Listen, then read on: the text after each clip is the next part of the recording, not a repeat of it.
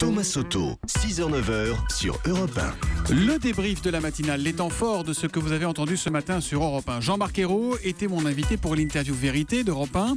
Je lui ai demandé si Manuel Valls, son successeur, s'en sortait mieux que lui. Écoutez sa réponse à 7h45. Je ne suis pas en train de juger mon successeur. La tâche de Premier ministre, elle est difficile. Mais il s'en sort bien Il fait ce qu'il peut.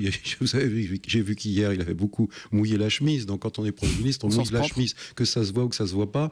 Mais il faut le faire. L'ancien Premier ministre Jean-Marc Ayrault n'est donc pas venu juger l'actuel Premier ministre Manuel Valls, mais il a tout de même tenu à lui donner un petit conseil au gouvernement en matière de droit du travail. Écoutez. Ça peut se faire que par une méthode, c'est le dialogue social, c'est la négociation sociale. Vous n'arriverez à rien dans le pays si on ne passe pas par cette méthode. Donc tout ce qui j'imagine pourrait qu'Emmanuel apparaître... Macron vous entend et entend votre désaccord. Oui, je pense, mais c'est vrai pour Emmanuel Macron, c'est vrai pour Manuel Valls. Toutes les réformes qui sont annoncées, si elles sont menées de façon rapide, brutale, elles seront rejetées et au bout du compte, tout le monde sera perdant. Moi, ce que je veux, c'est la réussite de la France. À propos de travail, qui sera le prochain ministre du Travail? Qui succédera à François Rebsamen? Question que j'ai posée à Alexandre Carra du service politique d'Europe 1. Écoutez sa réponse, c'était dans le kiosque de 7h15 tout à l'heure. Alors écoutez, moi je vais mouiller ma chemise, je pense que c'est Alain Vidalies. Je vais vous dire pourquoi. Parce que je viens d'envoyer un SMS à Alain Vidalies et je lui ai demandé si c'était lui le prochain ministre du Travail. Il m'a dit, je n'ai aucune information. Et ça c'est un signe en politique, quand on n'a aucune information en général, c'est qu'on est le favori. Le kiosque de 7h15 avec Alexandre Carra pour la politique, Axel de Tarlé pour l'éco, Anne Le Gall pour l'innovation et Alex Taylor, notre monsieur Europe. Les migrants, la France et l'ONU proposent la construction de hotspots, autrement dit de centres de tri. Écoutez les explications de Philippe Leclerc, c'est le représentant du Haut Commissariat des Nations Unies pour les réfugiés auprès de la France. C'était l'invité à 6h45 d'Europe 1 vous répond. Dans le jargon, c'est centre de tri.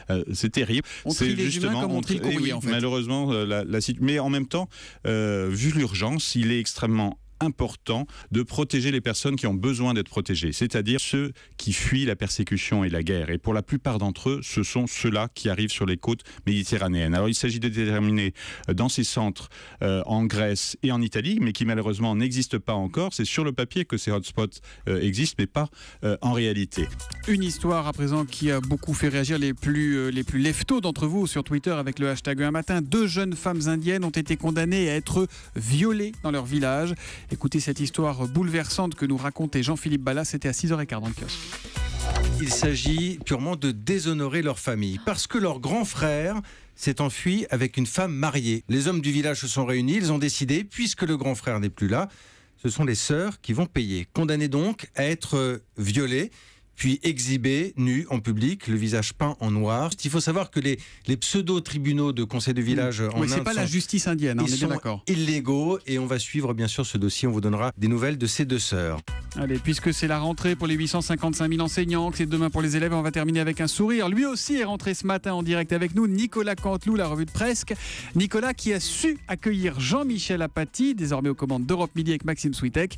La revue de Presque, c'était à 8h40. Bonjour, bienvenue sur RTL.